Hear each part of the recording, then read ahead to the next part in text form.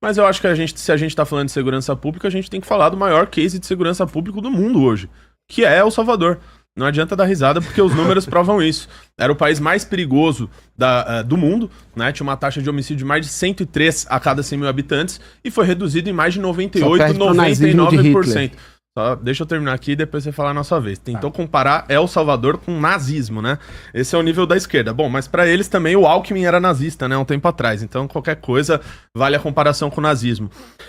El Salvador fez uma receita que é simples. Eu tive inclusive a oportunidade de ir para El Salvador 2 vezes. Fiz uma pergunta pro presidente Bukele do que poderia ser aplicado do modelo salvadorenho no Brasil e ele... em partes ele me respondeu algo similar ao que você tentou adiantar, de que El Salvador é um país muito pequeno, de 6, 7 milhões de habitantes, né? Mais de 1 milhão de pessoas saíram daquele país por causa da criminalidade, e que o Brasil ele tem que criar soluções próprias, mas isso não faz com que a gente, por exemplo, não possa olhar para o bom exemplo e para as boas medidas que foram feitas lá. Aqui no Brasil a gente tem uma taxa de resolução de homicídios de mais ou menos 30%, ou seja, 70% dos homicídios que ocorrem no Brasil, a gente sequer acha a pessoa que cometeu um homicídio. A média da OCDE é de 65% nesse número.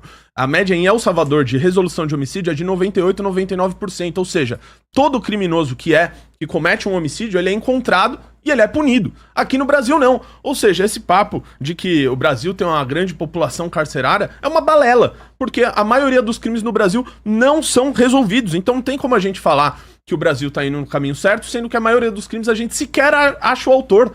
Então como que o Brasil tem uma grande população carcerária? Pelo contrário, o Brasil tá faltando gente ser presa. E os números mostram isso. Então, o modelo salvadorenho, sim, é um modelo que a gente pode olhar as boas experiências e aplicar o que importa aqui no Brasil.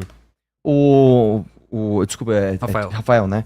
Você falou assim, diversos estudos, né? Mostram. Primeiro, assim, você tá falando de estudos de que quando você tira uma liderança criminosa, a violência aumenta. Isso acontece porque é o seguinte: quando você tira a liderança, há espaço, a disputa de poder entre as próprias facções. Foi o que aconteceu no México várias e várias vezes. Por isso que a gente defende justamente você fazer medidas que vão sublimar o crime em todas as instâncias, de uma vez. Não adianta você ir lá e pontualmente fazer um negócio aqui ou fazer outro ali. A gente defende uma ação continuada para combater o crime, inclusive mudança no Código Penal.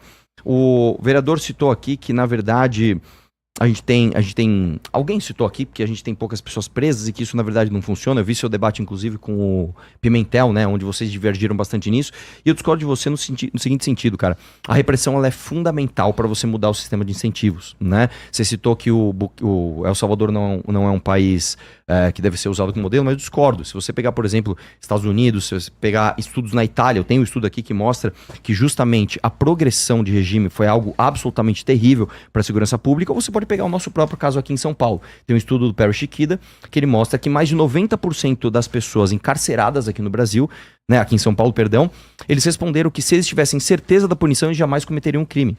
Mais do que isso, mais de 85% dessas pessoas também disseram que eles não precisavam cometer o crime que eles cometeram. Eles cometeram por causa de uma decisão econômica. Então, a partir do momento que você não tem o freio moral, e é todo esse papo que vocês adoram, educação, não sei o que lá, beleza. Quando você não tem esse freio, e o Brasil é um país que não tem esse freio, uma vez que você tem abandono parental, baixíssimos índices de educação, que inclusive o Lula tirou dinheiro da educação para aumentar dinheiro de emenda parlamentar, você pode me refutar se eu estiver falando alguma mentira aqui.